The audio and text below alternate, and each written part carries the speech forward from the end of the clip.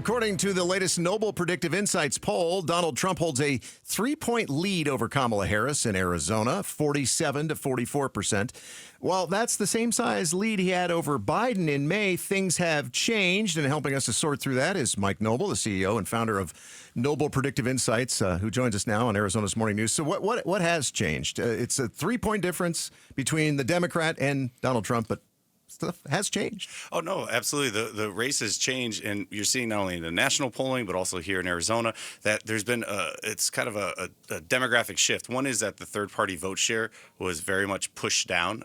We saw that Biden, some of these should have been Biden Democratic supporters were kind of parking their vote with RFK Jr. or sitting on the sidelines. So it's kind of pushed those folks over to Harris. So you see it among 18 to 34-year-olds. You see it among independents. And you also see it among Hispanic Latinos. So, for example, back in May, Trump led independents by 10 points. Harris now has a 5-point lead with that group. Biden was up by 2 points with Hispanic Latinos. Harris is up 12. And then 18 to 34-year-olds, Trump had a 2-point edge. Now it's Harris plus 11. Wow. So, yeah. I mean, so definitely it's shifted around. So that third-party vote share has really capped them, which also makes sense why RFK Jr. backed out of the race, endorsed him, because he kind of got his support gutted with this switch up on the Democratic side. And frankly, it's made this race very competitive. So whether you look at our poll, which shows Trump with a slight edge in Arizona, all the polls have it either, anywhere upward to Harris plus 5 or Trump plus 5. That all tells you the same thing. Arizona is incredibly close, and that's why we're one of the battleground states and probably one of the most important states this election year. And a lot of people may think these numbers would have changed after the momentum gained by the DNC, right? But then we also had a Trump rally in Arizona. So it could basically just maintain, right? And RFK Jr. at that rally endorsing Trump. Correct. And when you look at this race right now, is that they're gonna have to make a movie on this race because there's so many plot twists and twists and turns. I mean, I'm telling you, you can't make this up. And we still got 73 more odd days until election day. So it's gonna get weirder before it gets more normal. And so when we look at this race, it's just incredibly close, and that's where I don't really care who people vote for. The thing is that it's really going to matter everyone's vote, because remember, Biden only beat Trump in Arizona by just 11,000 votes. So I mean, it's really going to come down to the wire. But we're going to see these candidates out here several more times before Election Day.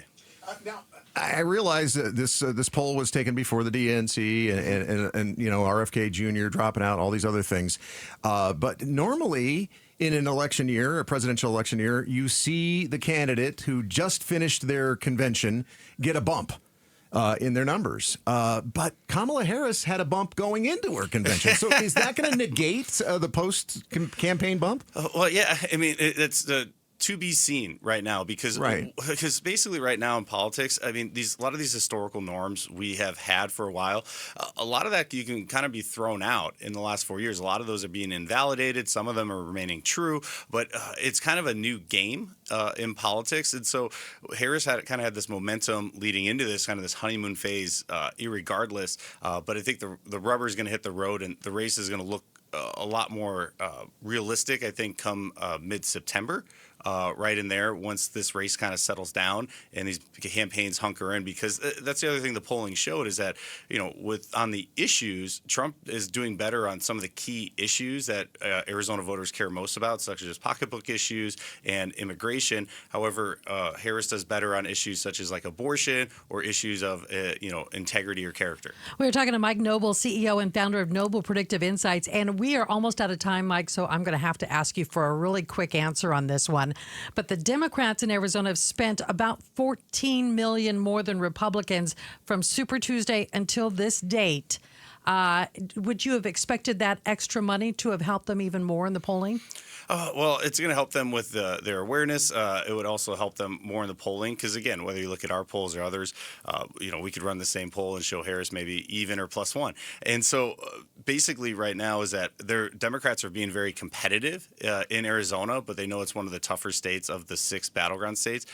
They also have a lot more money left over than Trump and his side, so they kind of have excess cash, where Trump is really pouring his money into Pennsylvania right now, whichever of the battleground states is worth the most electoral votes. So, again, you see Democrats, they're making a hard push in Arizona, which is funny. If you look at, prior to the Trump era, I mean, Democrats would be lucky if they spent a dime in Arizona. All right. That is Mike Noble, CEO and founder of Noble Predictive Insights. Thanks for watching Arizona's Morning News. Click to watch more from KTAR News and hit the button in the middle to subscribe.